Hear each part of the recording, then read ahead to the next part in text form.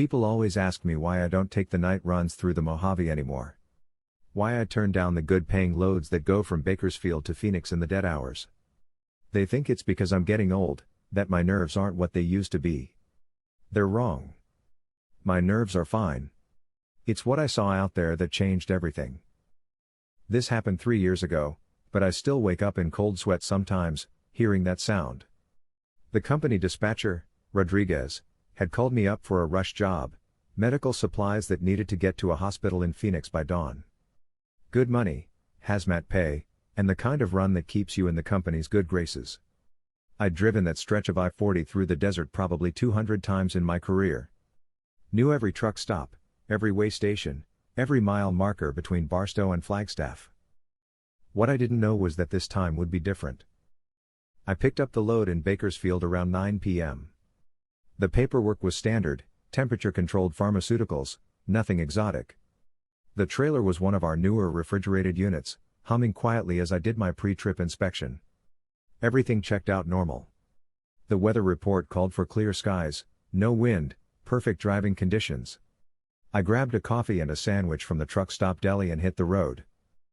The first few hours were routine. I made good time getting through the Grapevine and down into the valley. The traffic thinned out as I approached Barstow, and by the time I was heading east on I-40 into the desert proper, I had the highway mostly to myself. Just the occasional car and the even more occasional truck heading the other way, their headlights briefly illuminating the cab before disappearing into the darkness behind me. I've always liked driving at night. There's something peaceful about it, the steady rhythm of the engine, the hypnotic sweep of the headlights across the asphalt, the way the world narrows down to just you and the road ahead. The CB radio was quiet except for the occasional exchange between drivers, their voices crackling through the static like distant stars. It was around midnight when I first noticed something wasn't quite right. I was about 40 miles east of Barstow, deep in the heart of the Mojave, when my headlights caught something on the side of the road. At first, I thought it was just another piece of debris, maybe a blown tire or a piece of someone's load that had shifted loose. But as I got closer, I could see it was a car, a small sedan pulled over on the shoulder with its hazard lights blinking. Now, you don't just drive past someone broken down in the desert at night. That's not how we do things out here. The desert doesn't forgive mistakes, and leaving someone stranded could be signing their death warrant. I started to slow down, checking my mirrors to make sure I had room to pull over safely. But as I drew alongside the car, something made me hesitate. The hazard lights were blinking, but I couldn't see anyone inside. The driver's door was open, but there was no one standing beside the vehicle. No one waving for help. No one even visible in the dim glow of my running lights. I came to a complete stop about 50 yards past the car, my air brakes hissing in the desert silence. I sat there for a moment, engine idling, trying to figure out what to do. The smart thing would be to call it in to the highway patrol, let them handle it. But something about the scene bothered me. The car looked too neat. Too perfectly positioned. Like it had been placed there rather than broken down. I grabbed my flashlight and climbed down from the cab. The desert air was cold and dry, carrying the smell of sage and creosote. My boots crunched on the gravel as I walked back toward the abandoned car. The only sound was the distant hum of my truck's engine and the soft whisper of wind through the sparse vegetation. The car was a late model Honda, silver, with California plates. I shined my flashlight through the windows, checking the interior. The keys were still in the ignition. A purse sat on the passenger seat, a cell phone plugged into the charger. But no sign of the driver. I walked around to the front of the vehicle, looking for signs of mechanical trouble. The hood was cool to the touch, and there were no obvious leaks or damage. I popped the hood anyway, checking the engine. Everything looked normal. The car didn't appear to be broken down at all. That's when I noticed the footprints. They led away from the driver's side door, heading straight out into the desert. Not toward the road, not toward any kind of shelter or landmark. Just straight out into the darkness, toward the distant mountains that rose like black teeth against the star-filled sky. I followed them for about 20 yards, my flashlight beam dancing across the rocky ground. The prints were small, probably from a woman's shoe, and they seemed to be walking rather than running. There was no sign of struggle, no indication of distress. Just a steady, purposeful walk into the middle of nowhere. At the edge of my flashlight's range, the footprints simply stopped. Not like they'd been covered by wind or washed away by rain. Just stopped. As if whoever had been making them had simply vanished into thin air. I stood there for several minutes, sweeping my flashlight back and forth, looking for any sign of where the tracks might have continued. But there was nothing. Just empty desert stretching away into the darkness. A chill ran down my spine that had nothing to do with the cold desert air. I backtracked to my truck, my mind racing. Should I call the highway patrol? What would I tell them? That I'd found an abandoned car with no sign of mechanical trouble and footprints that led nowhere? They'd think I was crazy, or worse, that I was somehow involved in whatever had happened. I climbed back into my cab and grabbed the CB radio. Breaker 19, this is Big Jake eastbound on I-40 near mile marker 47. Anyone else seen that silver Honda pulled over on the shoulder? Static answered me. Then a voice, distant and crackling, negative, Big Jake. Haven't seen anything unusual.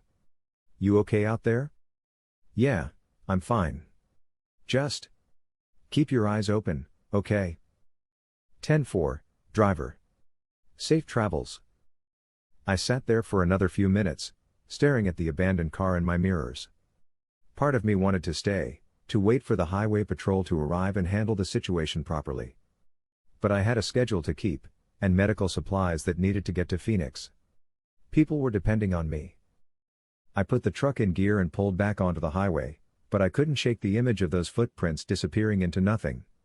I kept checking my mirrors, half expecting to see someone walking along the road behind me. But there was only darkness. The next hour passed uneventfully. I made good time through the flat desert, the truck's engine humming smoothly as I maintained a steady 70 miles per hour. The radio was quiet except for the occasional weather report or traffic update from distant cities. I tried to focus on the road ahead, but my mind kept drifting back to that car and those mysterious footprints. It was around 1:30 a.m. when I saw the lights. At first, I thought they were just another vehicle approaching from behind. But as I watched in my side mirror, I realized they weren't behaving like normal headlights. They were moving too slowly, too deliberately. And they seemed to be coming from the wrong direction, not from the road, but from somewhere out in the desert itself. I slowed down and pulled over to the shoulder, wanting to get a better look. The lights were definitely not from a car or truck. They were too bright, too white, and they moved in a way that defied explanation. They would hover in one spot for several seconds, then dart quickly to another location, then stop again. Sometimes they would split into multiple lights, then merge back together. I grabbed my binoculars from the cab and tried to get a closer look. Through the lenses, the lights appeared to be roughly spherical, with a soft, diffused glow that didn't seem to cast any shadows on the ground below them. They were maybe a mile away, moving parallel to the highway but staying well out in the desert. I'd heard stories about strange lights in the Mojave. Every truck driver had. Most of us just chalked it up to military testing or atmospheric phenomena. The desert was full of restricted airspace, and the government was always testing some new aircraft or weapons system. But these lights didn't move like any aircraft I'd ever seen. I watched them for about 10 minutes, my truck idling on the shoulder. The lights continued their strange dance, sometimes appearing to move toward the highway, sometimes retreating deeper into the desert.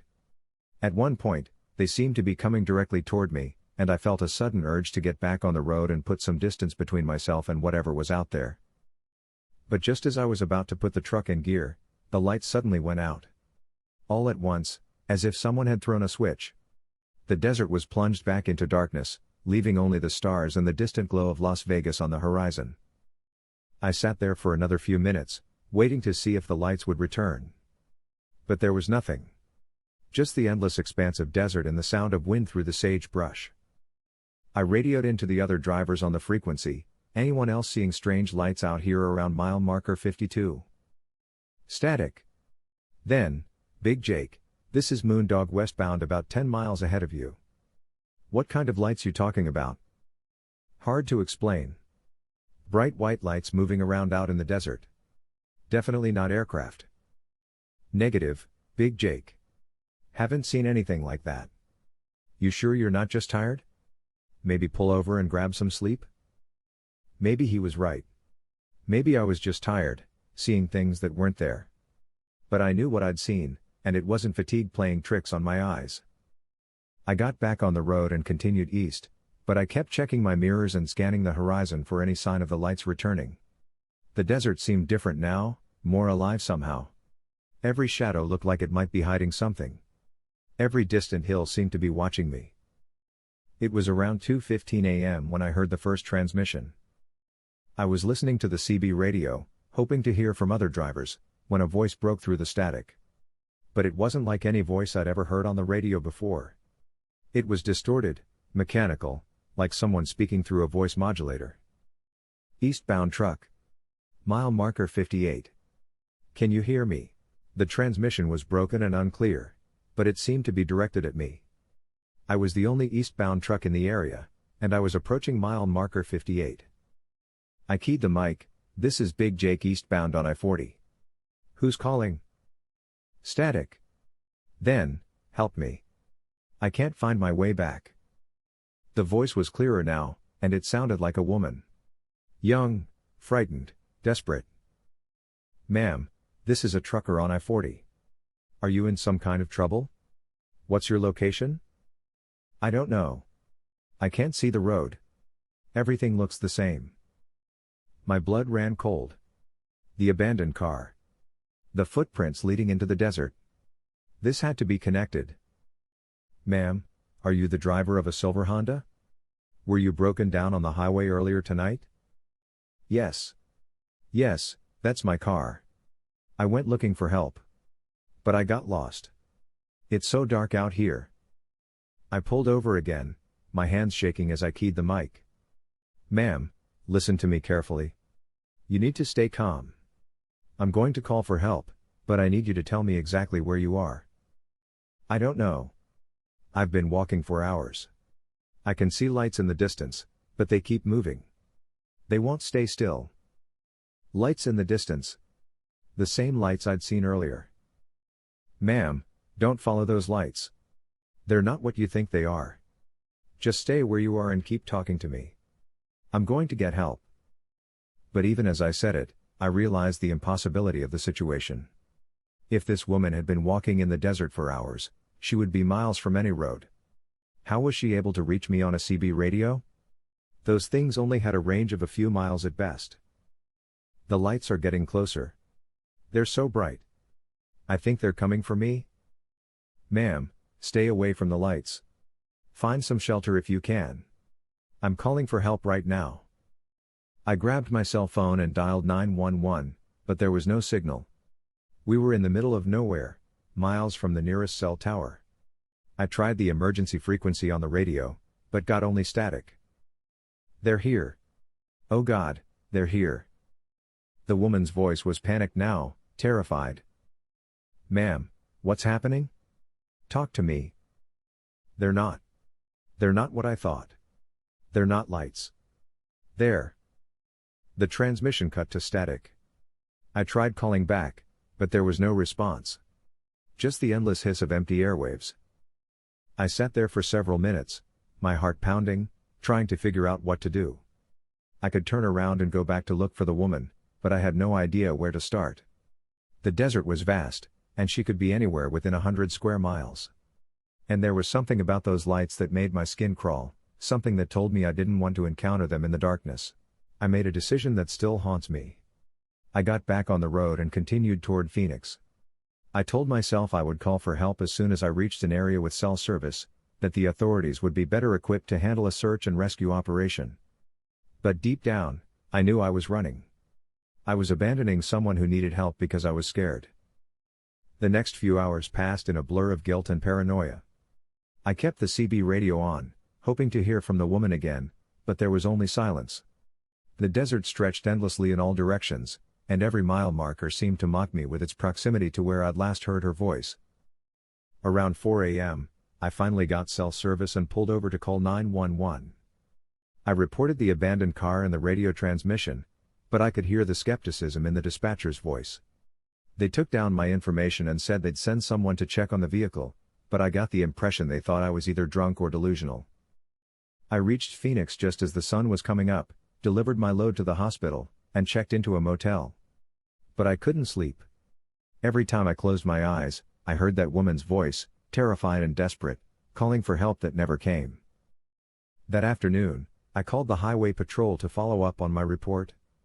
They'd found the abandoned car exactly where I'd described it, but there was no sign of the driver. The vehicle wasn't reported stolen, but they hadn't been able to locate the registered owner. It was as if she'd simply vanished without a trace. I drove back through the Mojave the next night, taking the same route in reverse. I kept my eyes open for any sign of the woman, any indication of what had happened to her. But there was nothing. Just empty desert and the memory of those strange lights dancing in the darkness. It wasn't until I got home that I decided to do some research. I started looking into reports of strange phenomena in the Mojave Desert, and what I found made my blood run cold. There were dozens of reports going back decades. Motorists who had broken down and wandered into the desert, never to be seen again. Hikers who had reported seeing mysterious lights, only to disappear without a trace. Truck drivers who had received distress calls on their CB radios from people who were supposedly miles from any road. But the most disturbing reports were from search and rescue teams. They described finding footprints that led nowhere, abandoned vehicles with no sign of their occupants, and electronic equipment that had recorded voices calling for help from empty desert. Some of the reports mentioned a phenomenon called desert phantom radio. Apparently, under certain atmospheric conditions, radio signals could be reflected and amplified in ways that defied normal physics. Voices from the past could be heard in the present, transmissions from people who had died years or even decades earlier. The more I read, the more convinced I became that what I'd experienced wasn't a real-time distress call. It was an echo, a recording of someone's final moments, played back by the desert itself like some kind of cosmic answering machine. But if that was true, then the woman whose car I'd found, whose voice I'd heard, was already dead. Had been dead for who knows how long. And those lights I'd seen, the ones she'd been following in her final moments, were still out there in the desert, waiting for the next lost soul to stumble into their trap. I never took another night run through the Mojave after that. Whenever the dispatcher offered me a load that would take me through that stretch of desert in the dark, I found an excuse to turn it down. Some of the other drivers ribbed me about it, said I was getting soft in my old age. But I didn't care. I'd seen enough to know that there were things in that desert that were better left alone. Every now and then, I still hear stories from other drivers. Reports of strange lights, phantom radio transmissions, abandoned vehicles with no sign of their occupants. The desert keeps its secrets, but sometimes it shares them with those who are willing to listen. I've never told this story to anyone before. My wife thinks I just don't like driving through the desert anymore because of the long, empty stretches and the lack of truck stops. My dispatcher thinks I'm being unnecessarily picky about my loads. But the truth is, I'm scared. Scared of what's out there in the darkness, waiting for the next person to make the mistake of following those lights. The Mojave Desert is a beautiful place during the day. But at night, when the sun goes down and the stars come out, it becomes something else entirely. Something hungry. Something that feeds on the lost and the lonely, the broken down and the abandoned. I still drive through it sometimes, but only during the day. And even then, I keep my radio on and my eyes on the road. Because I know that somewhere out there, in the vast emptiness of the desert, those lights are still dancing their deadly dance. And somewhere, echoing through the static of forgotten radio frequencies, a woman's voice is still calling for help that will never come. The desert remembers everything. And it never lets go. Jake has been driving trucks for over 2 decades. He currently runs loads up and down the West Coast, but he still refuses to take night runs through the Mojave Desert. When asked about his experiences that night 3 years ago, he becomes quiet and changes the subject. The silver Honda he reported was eventually traced to a woman named Maria Santos, who disappeared while driving from Los Angeles to Phoenix in 2018. Her body was never found. The Mojave Desert claims an average of 15 to 20 lives per year, most of them travelers who become lost or stranded in its vast expanse. Search and rescue teams report that many of these cases involve people who appear to have wandered away from their vehicles for no apparent reason, following unknown paths deeper into the desert. The phenomenon of phantom radio transmissions has been documented by several research groups, though no satisfactory explanation has ever been provided. The lights that Jake described are part of a larger pattern of unexplained phenomena reported throughout the American Southwest. Whether they represent atmospheric anomalies, military testing, or something else entirely remains a mystery. Hey everyone, thanks so much for listening.